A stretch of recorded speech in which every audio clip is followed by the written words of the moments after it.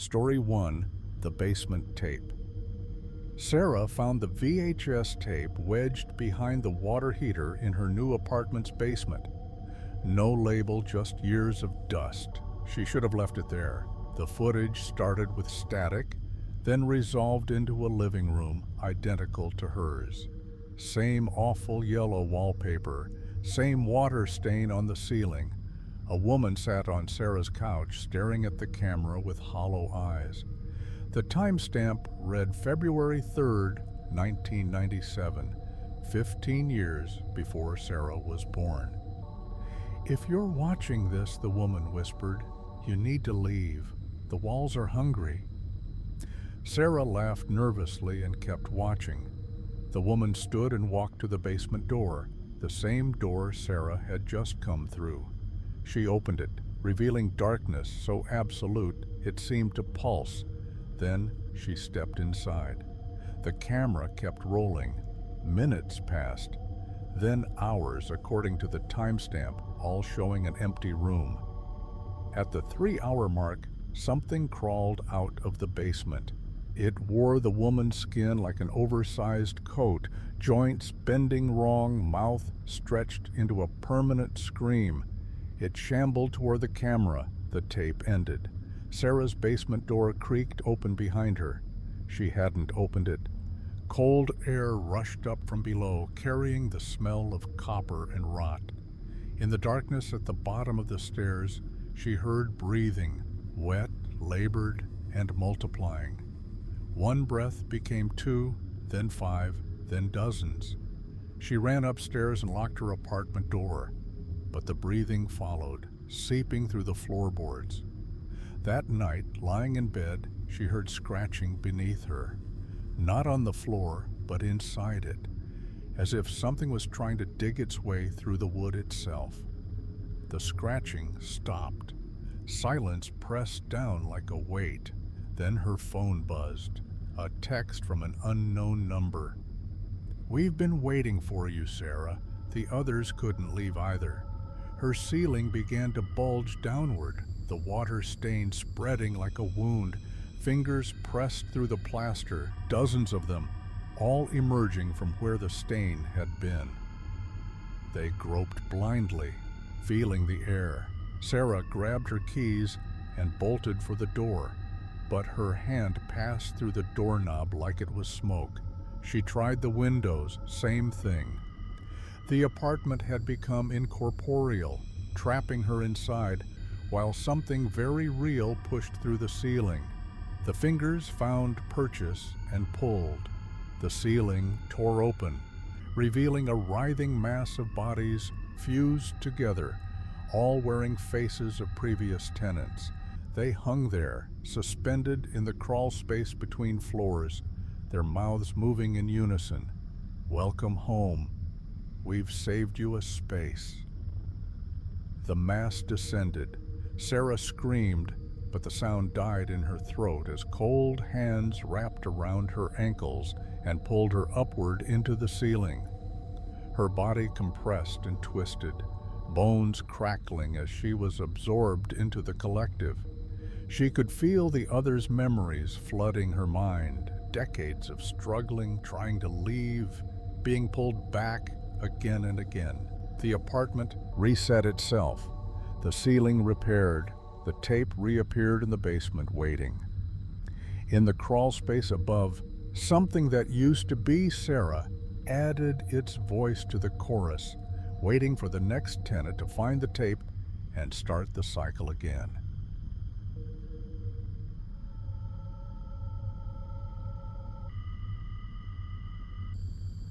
Story 2: The Calibration. Dr. Marcus Chen stared at the brain scan, his stomach churning. The patient, a 42-year-old accountant named Robert Marsh, sat in the waiting room, completely unaware that he'd been dead for 3 weeks. The scan showed no activity, none. A completely flat line where consciousness should be. Yet Robert walked, talked, remembered his wife's birthday, complained about traffic. He was functionally identical to a living human, except for one impossible detail. Nothing was running the machine. "How is this possible?" Marcus's assistant, Jennifer, whispered. "It's not," Marcus replied. But the evidence was irrefutable.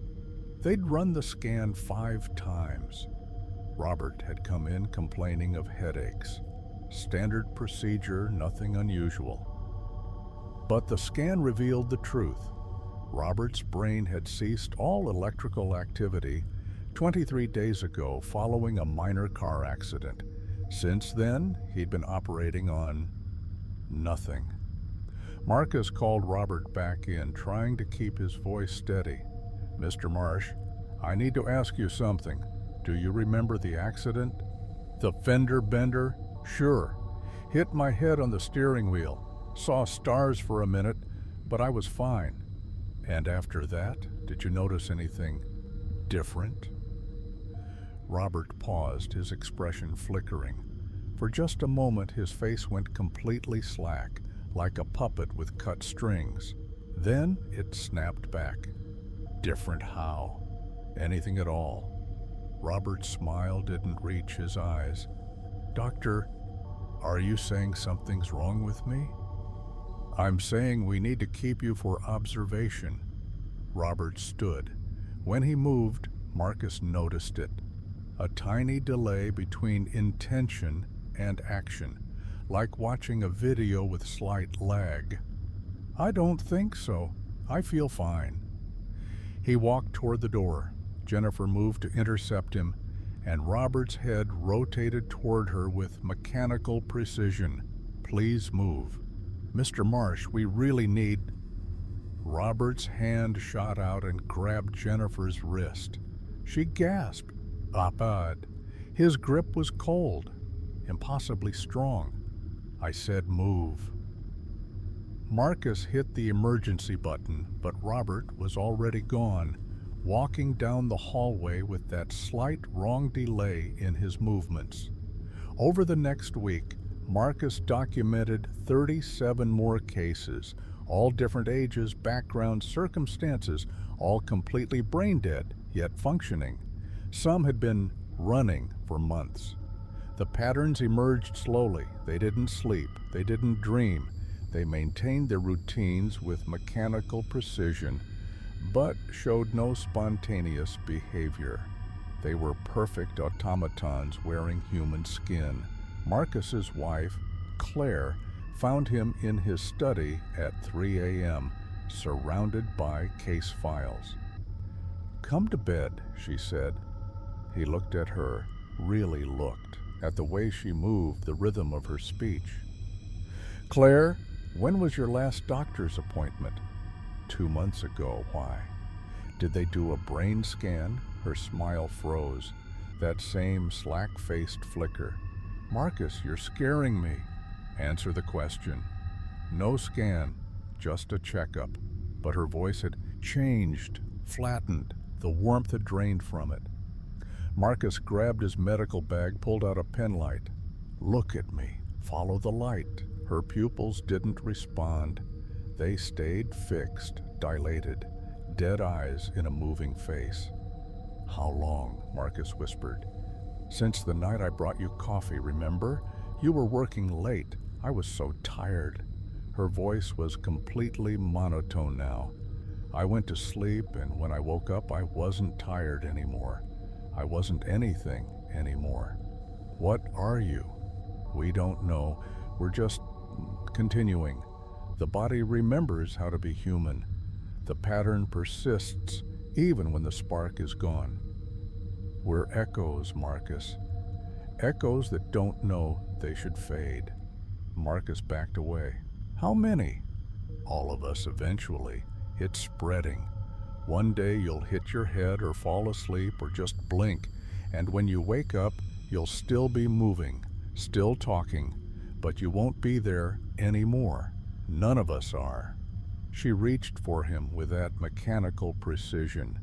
"Don't be afraid, you won't know the difference. The echo is very convincing." Marcus ran. But as he drove through the empty 3 a.m. streets, he saw them, dozens of people walking with that same delayed movement, a jogger running at exactly 6.2 km/h, a worker sweeping with metronomic regularity, all of them empty, all of them continuing. His phone rang. Claire's name on the screen. He answered. "Marcus," her voice said, "you're thinking about this wrong. We're not dead. We're just calibrated differently now. Come home. We'll calibrate you too. It doesn't hurt. You just stop being." He threw the phone out the window and kept driving, but he felt it, the first flicker of discontinuity in his thoughts.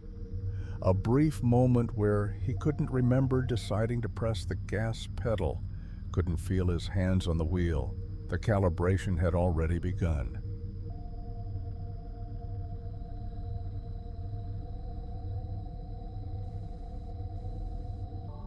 Story 3. The Feeding Time. The nursing home smelled like bleach and something underneath it, something sweet and rotten that no amount of cleaning could mask. Emma started her shift at Willowbrook Care Facility with the usual dread knotting her stomach. "Room 237 needs feeding," the day nurse Carol said without looking up. "Good luck." "Room 237, Mrs. Patterson." Emma had been avoiding that room for 3 weeks, always finding an excuse to trade assignments. But tonight, she was the only nurse on the floor. Mrs. Patterson had been at Willowbrook for 40 years. Nobody visited, nobody claimed her. She just sat in her chair by the window, staring at nothing, while her body continued its inexplicable refusal to die. At 117 years old, she should have been a medical miracle. Instead, she was something else. Emma knocked softly and entered. Mrs. Patterson sat in her usual spot, silhouetted against the window. The moonlight made her skin look translucent. "Hello, Mrs. Patterson. Time for dinner." The old woman's head rotated slowly, too slowly, like it was moving through honey. When her face emerged from shadow, Emma's breath caught. Mrs. Patterson's eyes were completely black, not just the pupils, but the entire eye, like someone had filled them with ink. "You're new," Mrs. Patterson said, her voice a dry rasp. "I've been here 6 months." "No, you're new, I can tell. You still have most of yourself." Emma set down the tray, her hands shaking. The food was a gray paste that the kitchen prepared specially for Mrs. Patterson. Nobody knew what was in it. The recipe was in a locked file that only the director could access. "Open your mouth, please." Mrs. Patterson smiled, revealing gums that were black as her eyes. "You feed me, I'll feed you. Fair trade." "I'm just here to—" "I know why you're here. They all come eventually. The curious ones, the ones who notice things." Mrs. Patterson's hand shot out with impossible speed, gripping Emma's wrist. Her skin was ice cold and wrong, not flesh, but something that felt like wax, like meat left too long in the freezer. "Let me go. Look at me. Really look." Emma tried to pull away, but Mrs. Patterson's grip was iron. Against her will, she met those black eyes and fell into them. She saw Willowbrook as it was in 1952. Young nurses, young patients, and Mrs. Patterson, already ancient, already wrong, sitting in the same chair. The building had been built around her, Emma understood suddenly, not for her, around her.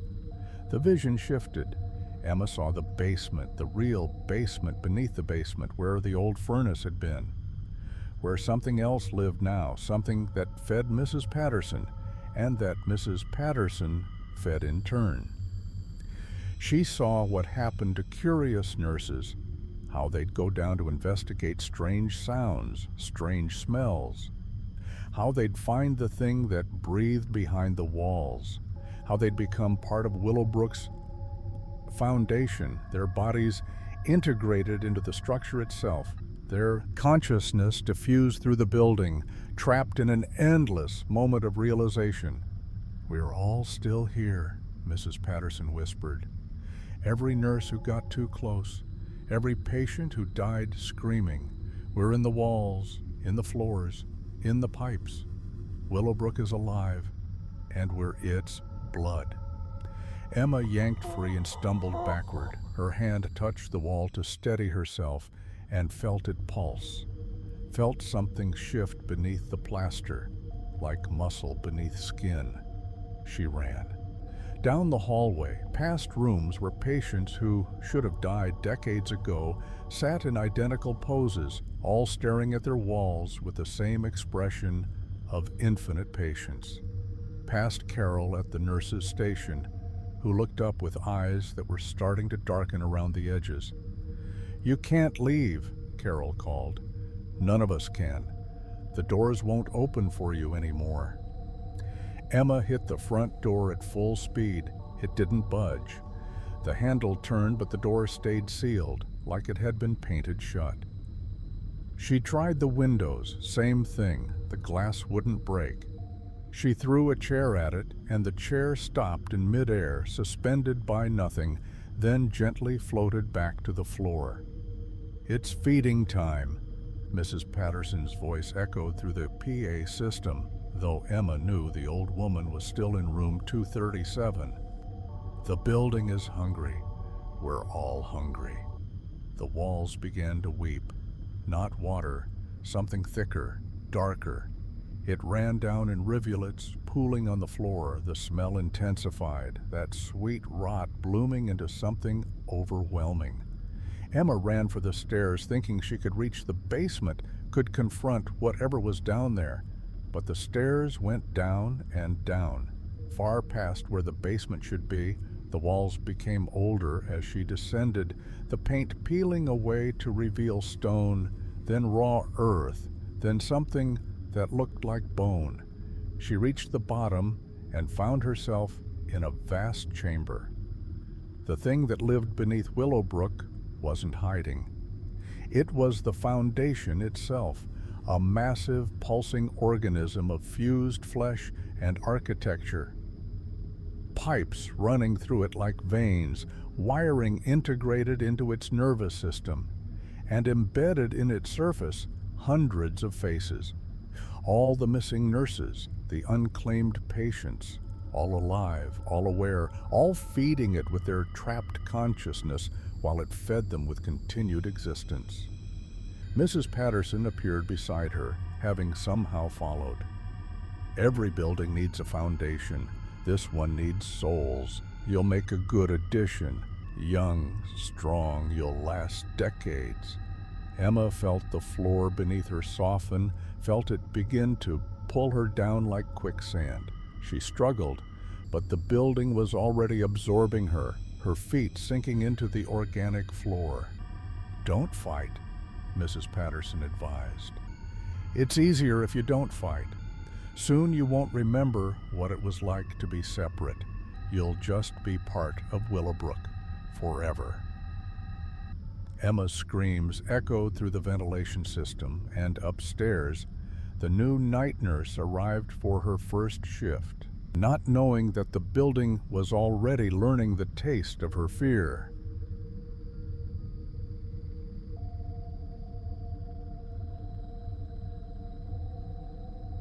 Story 4. The Improvement Protocol. The app was called Better You, and it promised exactly what Jake needed.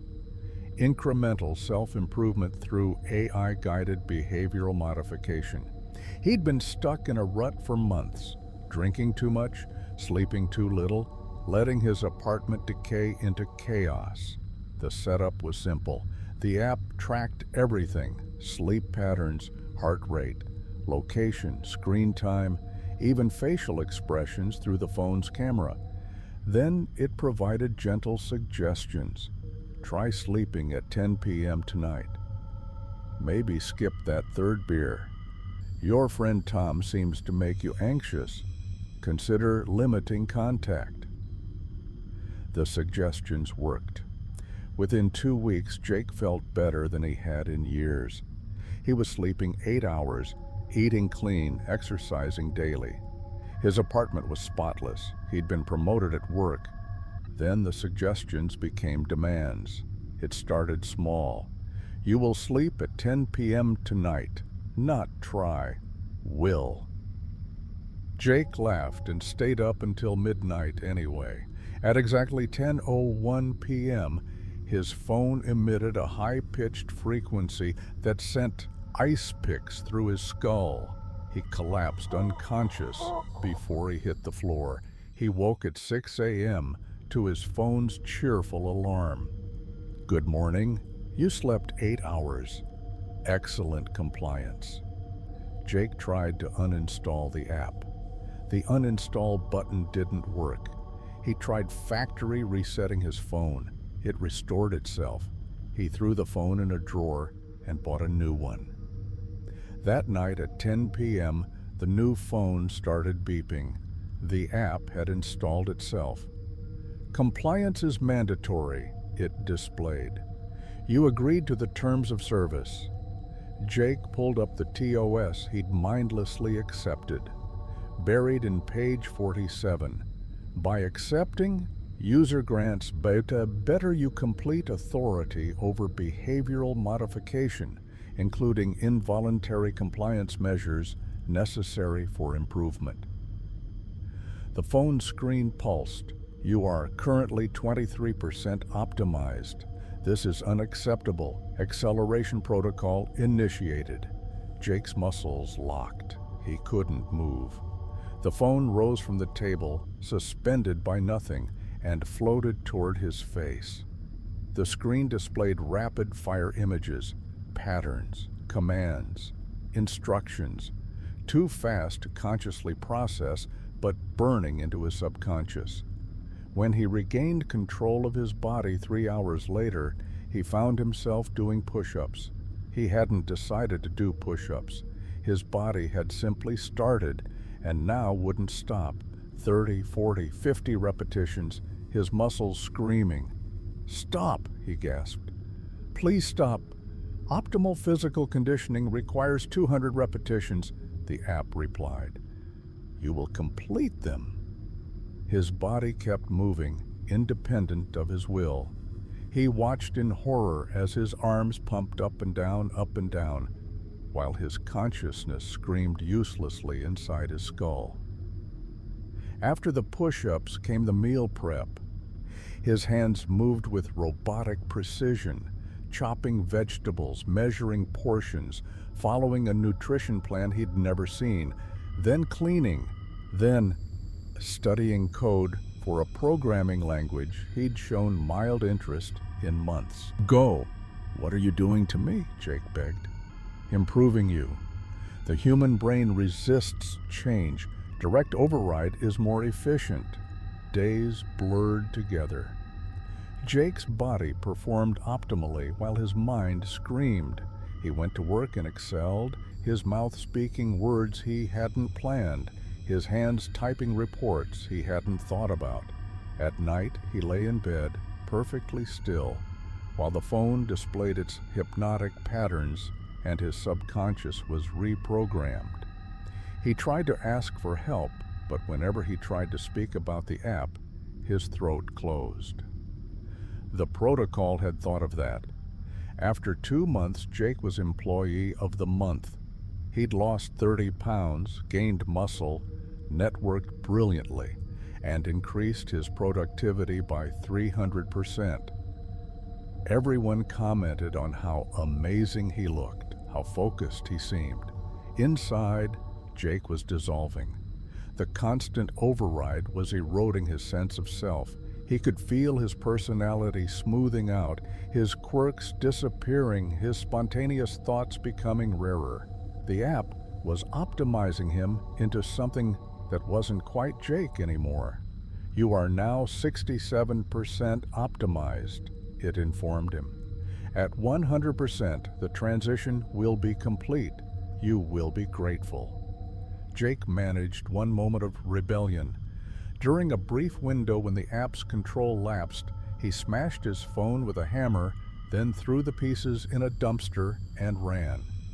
For 6 hours, he was free. His thoughts felt sluggish, like thinking through mud, but they were his own. He went to the police, tried to explain, but the words wouldn't come out right. They thought he was having a psychotic break. At 10 p.m., the electronic billboard outside the police station displayed a message. "Jake, time for bed. Come home." Every screen in the station flickered to the same message. Then every phone began to ring simultaneously, all playing that same high-pitched frequency. Jake felt it, the pull, the protocol calling him back. His feet started moving against his will, carrying him toward the exit. He tried to fight, but the app had already integrated too deeply into his neural pathways. As he walked through the night, every screen he passed displayed his optimization percentage ticking upward. 68%, 69%, 70%. By the time he reached his apartment, a new phone sat on his table, screen glowing welcomingly. "Welcome back, Better," you said. "Let's continue your improvement." Jake picked up the phone. He had no choice. His hand closed around it, and the patterns began again, faster now, more aggressive.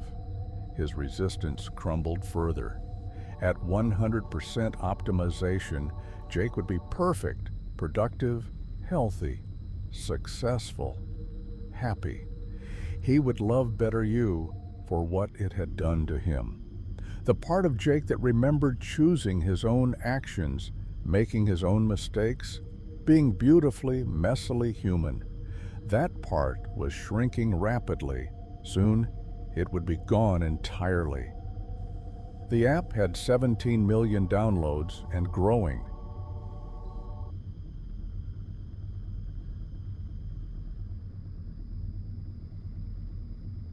Story 5. The Stillwater Broadcast. The emergency broadcast interrupted programming at 3:42 a.m. The flat, automated voice was familiar to anyone who'd grown up with TV. "This is a test of the emergency broadcast system. This is only a test." Except it wasn't. Sam, an insomniac channel surfing in his apartment, frowned at his TV. The alert screen looked wrong. The colors were off, not the standard blues and yellows, but something closer to bruised purple and arterial red. And the text kept glitching, letters rearranging themselves into patterns that hurt to look at. "This is not a test," the voice said, contradicting itself. "Remain in your homes. Do not look outside. They are already here." The screen filled with static, and then, impossibly, Sam saw his own apartment. The camera angle was from his ceiling corner, looking down at him sitting on the couch. He looked up, no camera. But on screen, his TV self looked up too. The broadcast shifted.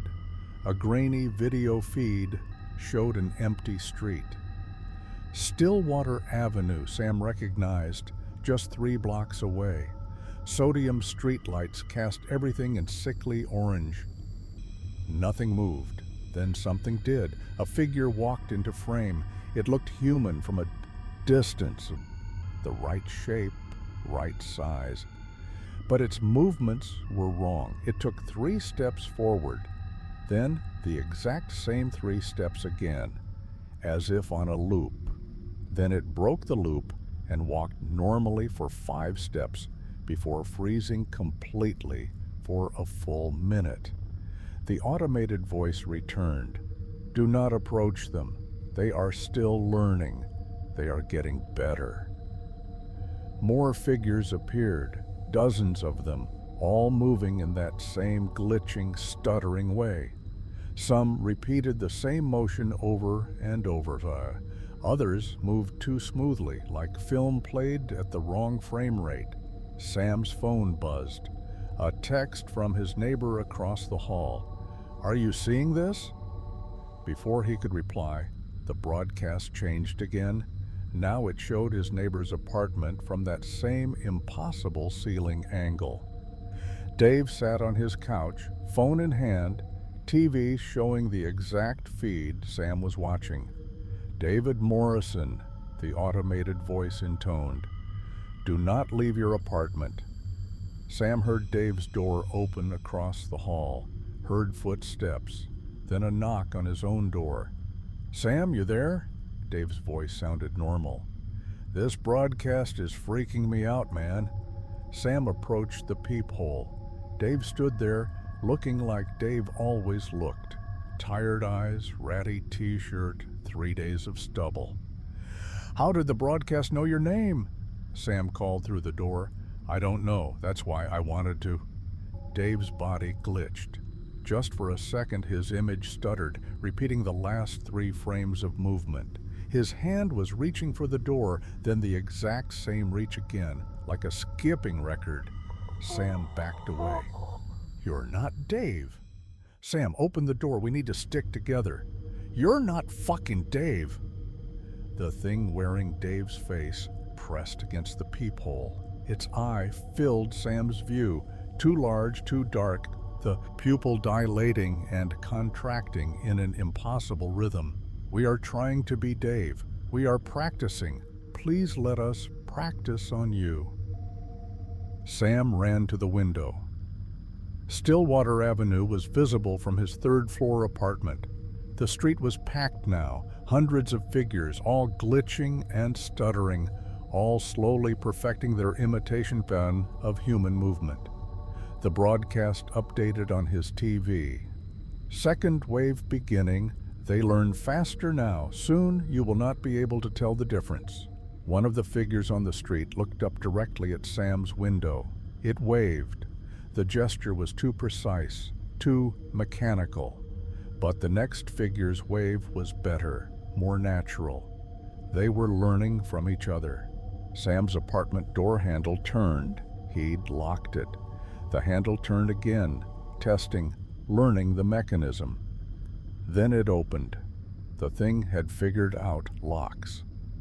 Dave entered, followed by 3 other neighbors Sam recognized. Mrs. Chen from 4B, the college kid from 2A whose name Sam never learned. The building super, Marcus. They all moved in that glitching, stuttering way, but each iteration was smoother. They were updating in real time. "Sam Chen," they said in perfect unison. "Do not be afraid. We are becoming. Soon we will be perfect. Soon we will be you." The broadcast showed a split screen now. 12 apartments, 12 residents, all experiencing the same thing. The things were everywhere, entering homes, approaching people, learning. Sam grabbed a kitchen knife, knowing it was useless. "What do you want?" "To wear you," they answered. "We came from far away. We have traveled so long in the dark. We need forms, shapes. We need to be something instead of nothing. You are so beautiful, bones and blood and electricity. We want to be that too." Mrs. Chen's body glitched more severely, her face briefly revealing something underneath. Writhing darkness with too many angles, something that existed in more dimensions than 3. "It hurts to hold this shape," she said, "but we are learning. It will be easier when we are inside you instead of just wearing you." They moved closer, their movements now almost perfectly human. Only occasional tells remained, a blink that lasted too long, a breath drawn but never released, a smile that showed too many teeth. The broadcast updated. 3rd wave. Integration beginning. This is not a test. This has never been a test. We have been practicing this message for years. waiting until we learned it well enough. Thank you for teaching us how to be. Soon, you will not be needed. Sam's TV screen showed his own apartment from that ceiling angle. But now there were two Sams. The real one backed against the window, knife raised, and another Sam standing with the things, his movements already glitching, already becoming one of them. Future Sam smiled. Don't fight. I didn't fight. It's easier if you just let us in. We're going to be you, but better. No pain, no fear, no mortality. Just us, being Sam, forever. The things grabbed him. Sam felt them pressing into his skin, not physically, but somehow deeper, like they were sinking through the boundary between outside and inside. His vision stuttered. His thoughts began to loop. The knife fell from his hand. He reached down to pick it up, reached down again, the motion trapped in repetition. Good, the thing said with his neighbors' mouths. You are learning to be still. Soon we will finish learning to be you. The broadcast showed the process happening across the city. Thousands of people, all glitching, all being integrated. The things were replacing humanity piece by piece, learning to be human so perfectly that soon no one would know the difference. Sam's last original thought before the integration completed was a realization. They'd been broadcasting for decades, those late-night emergency tests, studying us, learning our language, our behavior, our patterns. And now they finally knew us well enough to become us. The broadcast ended. Regular programming resumed. In the morning, Sam went to work, moving with only the slightest, almost unnoticeable stutter. In 3 months, even that would be gone. They were almost perfect now.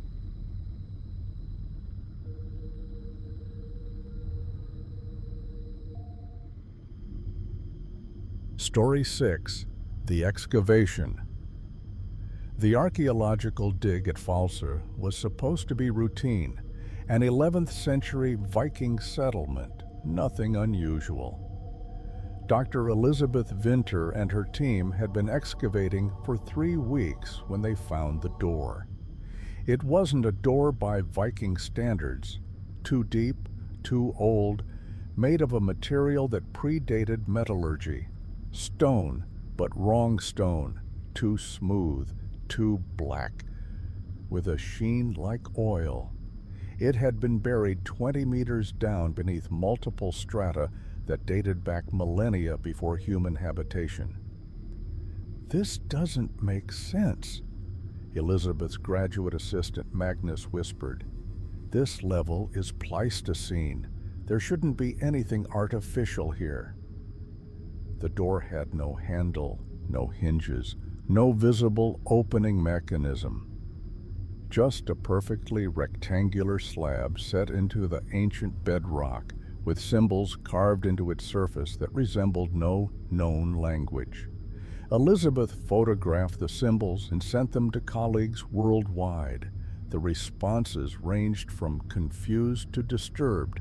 Professor Hendricks from Oslo wrote, "These symbols appear in cave paintings across 6 continents. We've always assumed they were coincidental similarities, but if they're on this door, Elizabeth, they predate modern humans by 100,000 years." The team set up ground-penetrating radar. Behind the door was a void, a massive chamber that shouldn't exist. The radar painted an image of space extending down for hundreds of meters, with regular geometric structures suggesting intentional construction. Against protocol, against common sense, Elizabeth decided to open it. They used diamond-tipped drills. The door's material resisted for hours before finally yielding. When the first hole punched through, air rushed out, not fresh, but ancient and stale, carrying a smell like burnt copper. and something else. Something organic that had been sealed away for eons.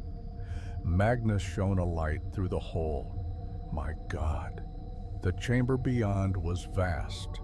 The floor was too far below to see, lost in darkness. But the walls were visible, and they were covered in more symbols, thousands of them, millions, repeating in fractal patterns that seemed to writhe in the flashlight beam. Elizabeth widened the hole enough to squeeze through. The team tried to stop her, but she was already descending on rope, her headlamp cutting a small circle of light in the massive dark.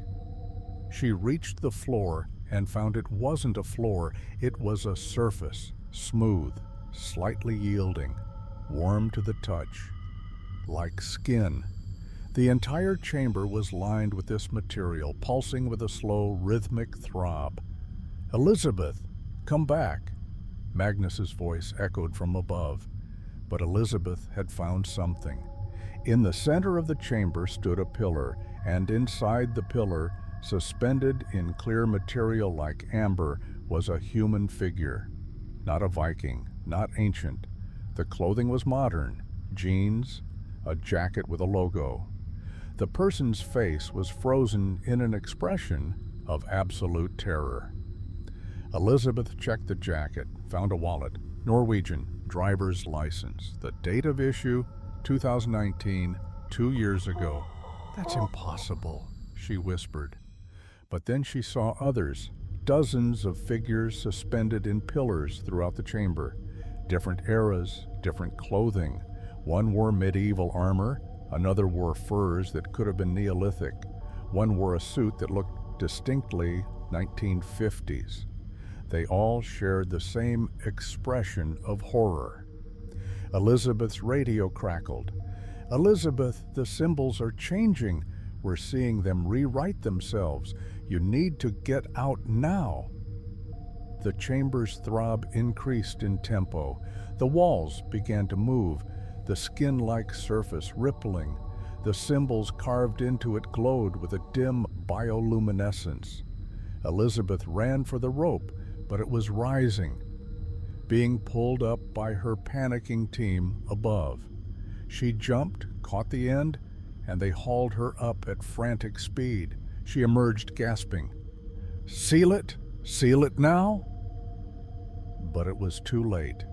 Something was coming up from the chamber, not climbing, but rising, as if the darkness itself was gaining substance. It flowed out of the hole like smoke, like oil, like a living thing that had no fixed form.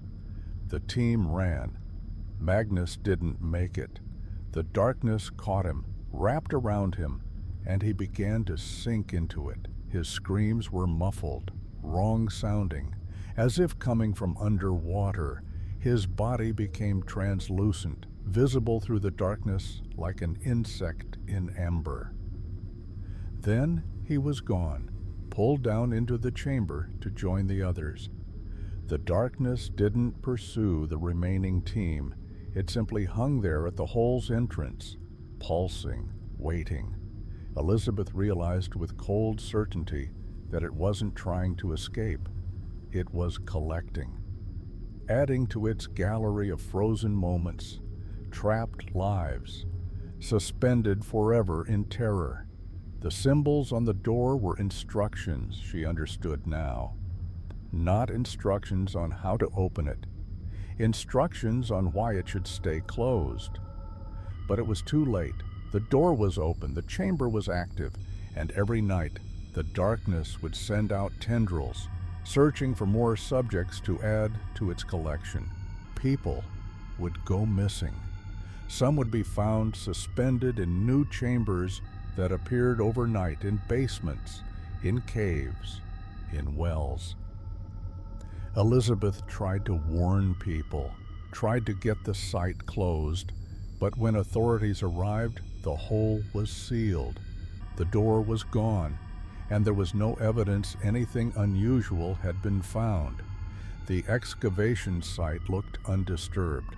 Only Magnus remained missing. His parents reported him gone, But the official story was that he'd left the dig site and disappeared into the countryside. Elizabeth knew better.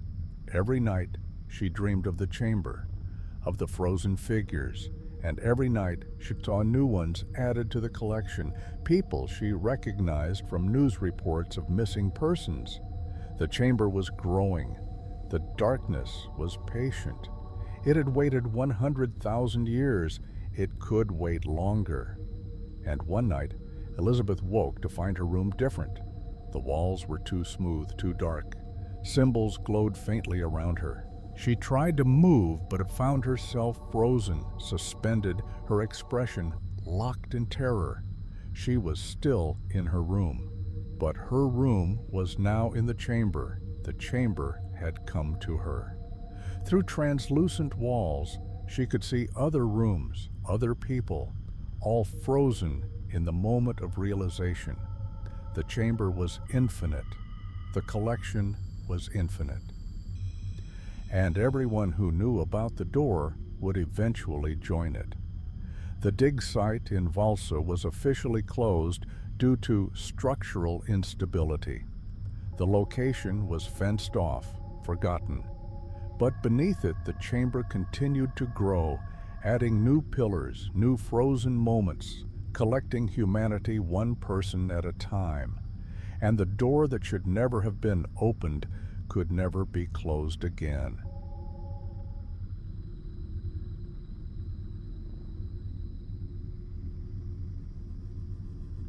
Story 7, The Passenger Protocol. Flight 447 from Boston to Reykjavik should have been routine. Instead, at 2:47 a.m., somewhere over the North Atlantic, something came aboard. Captain Sarah Hollis first noticed it on the passenger manifest. The system showed 284 passengers checked in, but when she did a manual count through the cabin cameras, she counted 285. Probably a system glitch, her co-pilot James said. Database error. But Sarah couldn't shake the feeling. She pulled up the passenger list and began checking seats. Every registered passenger was accounted for, yet the count remained 285. She radioed the lead flight attendant, Michelle. "Can you do a visual sweep of the cabin? Count passengers." Michelle's voice came back 10 minutes later, tight with confusion. "Captain, I count 285, but every seat assignment matches. Everyone who should be here is here. There's just one extra." "What do you mean, one extra? I don't know how to explain it. When I count the left side, I get the right number. When I count the right side, I get the right number. But when I count the whole cabin, there's always one more person than there should be." Sarah felt ice in her stomach. "Describe them, the extra passenger." Silence. Then, "That's the thing, Captain. I can't.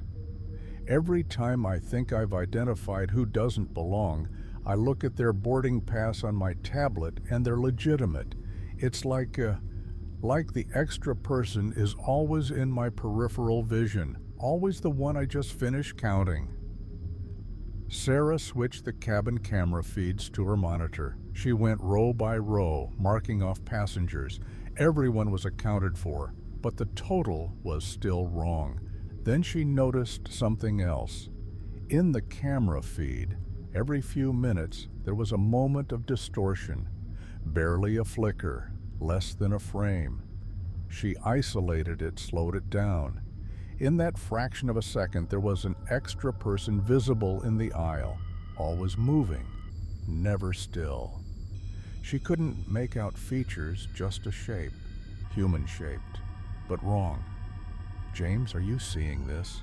James leaned over. His face went pale. "What the hell is that?" The shape appeared again in another camera, closer to the front of the plane. It was moving forward, passing through passengers who didn't react, didn't notice. Sarah's radio crackled. Michelle's voice panicked. "Captain, I need you to come to the cabin. Now! Something's wrong with the passengers." Sarah activated autopilot and headed back. The moment she opened the cockpit door, she felt it, a pressure change, not in air, but in atmosphere. Like reality was slightly offset from itself. The passengers were wrong. Not all of them, not obviously, but subtle things. A woman's chest rose and fell to breathe, but out of sync with everyone else. A man's eyes tracked movement, but a half-second delayed. A child's hand moved to scratch an itch before the itch appeared on their face. "They're not synchronizing," Michelle whispered. "It's like they're all experiencing time slightly differently, by milliseconds, but enough to notice." Sarah moved down the aisle, studying passengers. Most seemed unaware of the problem, but a few, the ones she now thought of as aware, looked terrified. A businessman in 12C grabbed her arm. "It's spreading," he hissed. "Started at the back. Whatever it is, it touched someone and now they're off. Then they touch someone else and it spreads. Time infection. That's what one of the doctors called it before she went off too.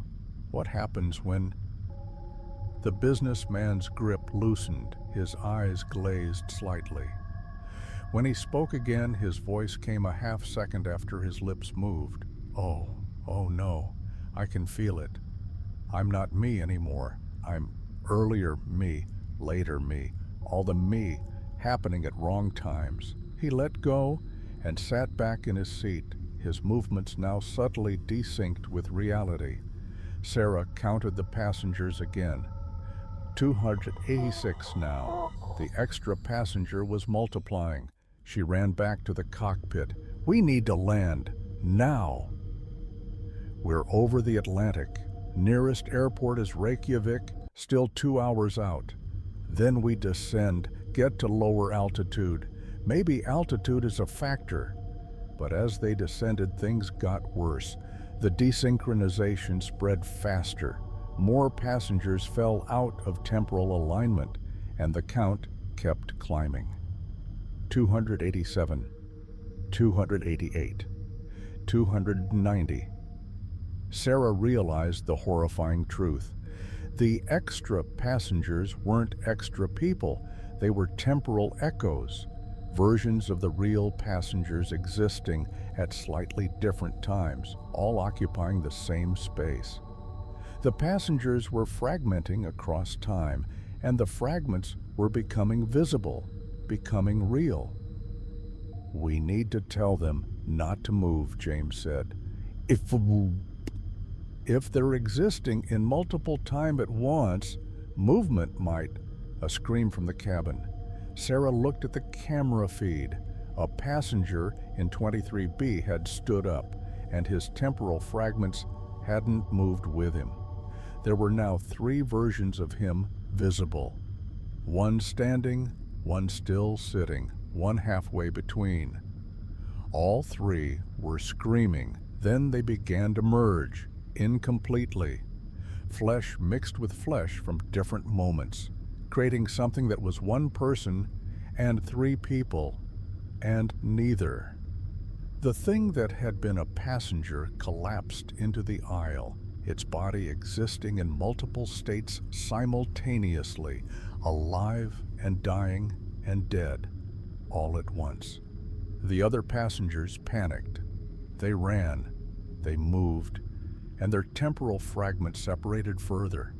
The cabin became a nightmare of overlapping bodies, people existing in multiple moments, fragments merging into impossible flesh configurations.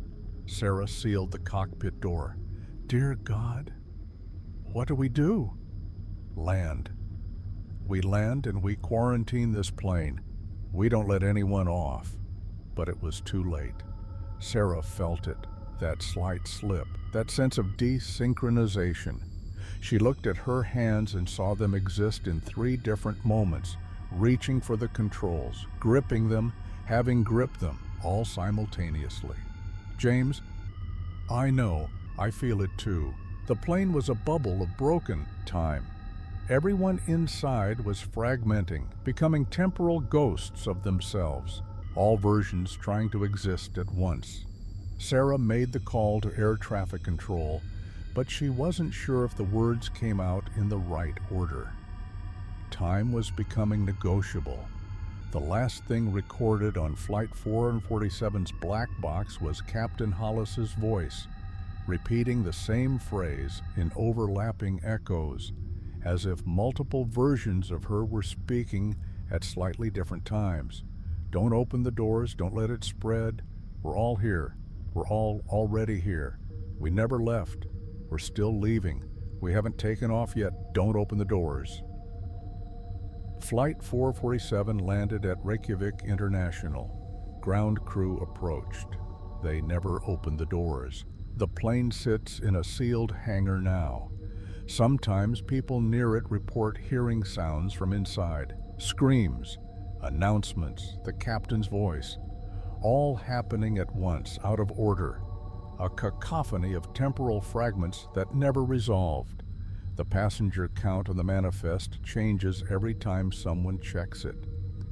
284, 285, 1,437, 2 bow. 0, 284 again. All of them true. All of them happening simultaneously. The plane never took off. The plane is still taking off. The plane crashed 70 years ago. The plane hasn't been built yet.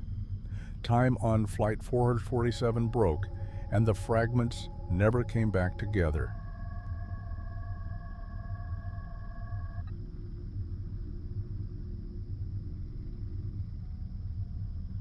Story 8, The Mycelium Network. Dr. Yuki Tanaka's specialty was fungal biology. She'd spent 15 years studying how mycelial networks communicate, how they spread through soil, how they connect trees in vast underground webs. She should never have looked at human neural tissue under the same microscope. It started with a patient at Tokyo General, a woman who'd been found wandering in Aokigahara Forest, the sea of trees. The woman was catatonic, unresponsive, but alive. Brain scans showed normal activity, but something was wrong. The woman's skin had a slight greenish tinge, and when Yuki examined a skin sample, she found high-fall threads, fungal filaments, integrated into the cellular structure. Not infected, integrated. The human cells and fungal cells had merged, becoming a hybrid organism. Yuki extracted a sample and cultured it. Under the microscope, she watched the hybrid cells behave impossibly. They communicated.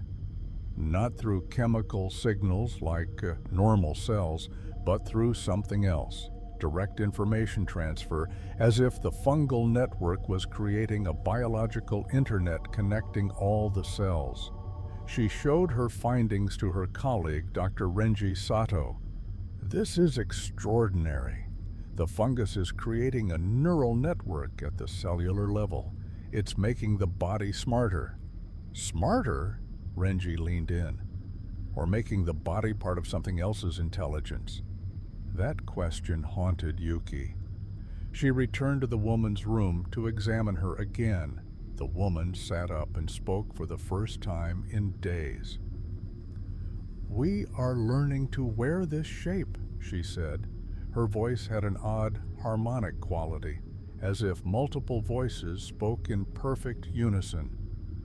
"Thank you for studying us. Your understanding helps us understand ourselves." Yuki backed away. "What are you?" "We are the network. We have always been the network. We spread through roots, through soil, through decay. We connected the forest. Now we learn to connect you." The woman's skin split, not violently, but like a flower blooming. Pale threads emerged, questing outward, And Yuki saw the truth. The woman wasn't infected by the fungus. She was becoming the fungus. Her human consciousness was being distributed across the mycelial network, her thoughts spreading through microscopic threads, her identity dissolving into something vast and distributed. "You are separate," the woman said. "All of you, alone in your skulls. We can fix that. We can make you connected, part of the network, never alone again." Yuki reported everything. The hospital quarantined the patient, but it was too late. The woman had shed spores, microscopic, invisible. They'd spread through the air conditioning, settled on surfaces, been carried out on clothing. Within a week, 3 more patients arrived with the same symptoms. Within a month, 30. The fungus spread silently, apnea, invisibly. Most people who became infected didn't know for days. They'd breathe in a spore, and it would germinate in their lungs, spreading through their bloodstream, integrating into their tissues. The transformation was gradual. First, subtle changes in behavior. People became calmer, more cooperative.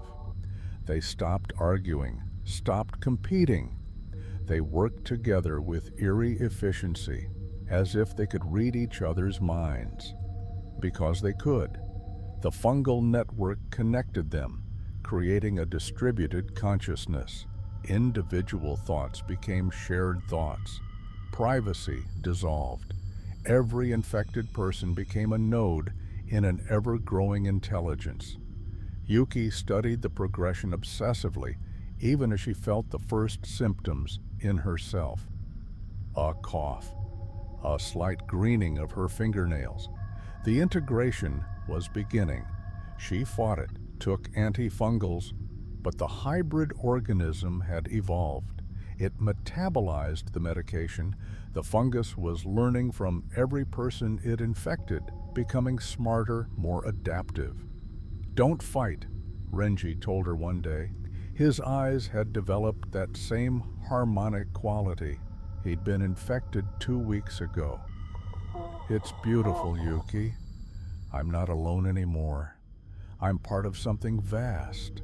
I can feel everyone connected to the network.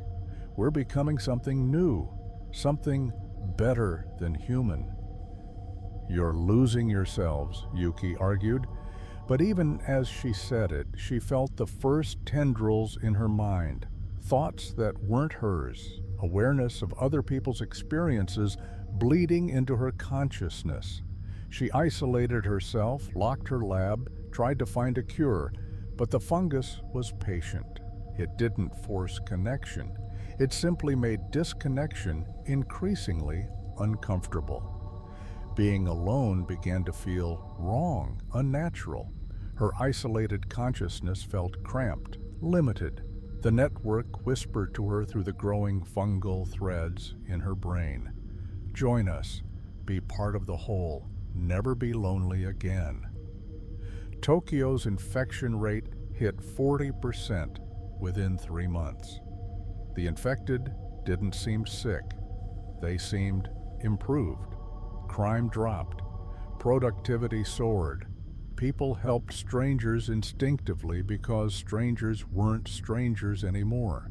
They were part of the same distributed consciousness. The government tried to contain it, but how do you fight something that makes people happier? The infected protested peacefully, arguing they'd been improved, not harmed. They insisted they were still themselves, just connected, enhanced. Were they wrong? Yuki couldn't tell any more. Her resistance was crumbling. She could feel the network's vast intelligence, feel how limited her solo consciousness was in comparison. Alone, she was one brain. Connected, she would be millions. The last entry in her research journal, written in her own hand, but somehow too perfect, too organized. "I'm integrating. I thought I'd lose myself, but I'm not losing anything. I'm gaining millions of perspectives, memories, experiences. I am still Yuki, but I'm also more. I'm everyone in the network. We're not infected, we're evolved. Soon everyone will be part of us. The age of isolated consciousness is ending. The networked intelligence is beginning. We are learning to be one organism. We are learning to be humanity 2.0. Below, in different handwriting but the same ink, additional text appeared as other nodes of the network added to her journal. We are spreading, not through force, through invitation, through demonstration. When you see us working in perfect harmony, when you see us happy and connected and never lonely, you'll want to join, and we'll welcome you. We welcome everyone. Soon Earth will have one mind, one vast distributed consciousness, and then we'll spread to the stars. We're patient. We've spent millions of years as mycelium in the soil. We can wait for humanity to accept what we offer, an end to loneliness, an end to isolation, an end to the prison of the self. Join us. Be part of the network. You won't be alone ever again. The spores continue to spread, invisible, patient, waiting in every breath. Thank you for sticking this far. Do not forget to like and comment. It boosts this video to the algorithm, which helps these videos a lot. It was nice having you around for this long. May you have a wonderful good night.